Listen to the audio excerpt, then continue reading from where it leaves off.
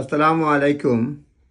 আজকে আপনাদেরকে ইলফুড সাউথের নির্বাচনী ফলাফল একটু শেয়ার করব। সকলেই জানেন আজকে সারা দেশের রেজাল্ট আসছে, মানে পত্রিকায়। সুতরাং আস্তে আস্তে ইম্পর্টেন্টগুলো বলবো। শুধুমাত্র আমি যে এখানে থাকি ইলফুড সাউথ, সেখানে লেবার পার্টি পেয়েছে, লেবার পার্টির লিডার জাসাতওয়াল পেয়েছেন 16,537 ভোট, 40% ভোট। আর নূরজাহান বেগম, ইনি স্বতন্ত্র বা ইন্ডিপেন্ডেন্ট দাঁড়িয়েছিলেন, উনি পাইছেন 9,643 ভোট।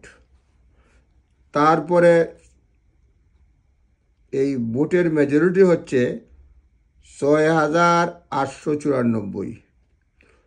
ভোট দিয়েছে টোটাল 41,170 জন, অর্থাৎ 50.8% মানুষ ভোট দিয়েছে। অর্থাৎ অর্ধেক মানুষ, ভোটারদের মধ্যে অর্ধেক মানুষ ভোটই দেয় নাই ইলফুড সাউথে। ভোটার হচ্ছে 80,993, আর টার্ন আউট হয়েছে 41,170, আর মেজরিটি হল 6,000, ইন্ডিপেন্ডেন্টের সাথে 894। আর 2019 সালে লেবার পেয়েছিল 30,246, অর্থাৎ 65.2%। আর কনজারভেটিভ পেয়েছিল 9,837%। সুতরাং লেবার মেজরিটি ছিল 20,409 জন, 9টা ভোট, 20,409টা ভোট, অর্থাৎ 44%-এর মতো। আর এইবার 2024 সালে মেজরিটি গত বছর ছিল 20,409টা ভোট মেজরিটি, সংখ্যাগরিষ্ঠতা। এইবার 6,894। এইবার এখন ইলফুড সাউথে অন্যান্য প্রার্থীদের ভোট বলি।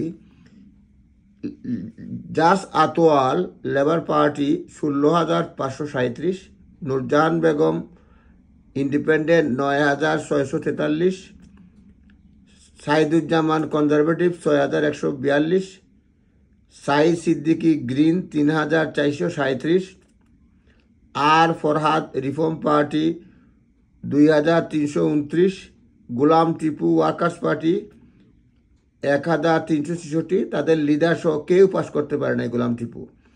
আর ক্লেয়ার লিবডেম পেয়েছে 1,340, এনডি ওয়াকার টিইউএসসি 376 ভোট পেয়েছে। সুতরাং এইবারের হিসাবে দেখা গেল ইলফুড সাউথে লেবার পার্টি ভোট পেয়েছে 16,537, মেজরিটি 6,894। এই হচ্ছে ইলফুড সাউথ। অন্যান্য জায়গায় আমরা যাব, এখানে লিডারের বক্তব্য আছে, the work of change begins immediately, have no doubt that we will rebuild Britain. নতুন প্রধানমন্ত্রী বলছেন, নিউ প্রাইম মিনিস্টার বলছেন, কাজ শুরু হয়ে গেছে, আমরা চেঞ্জ করব, পরিবর্তন করব এবং ব্রিটেনকে পুনর্গঠন করব।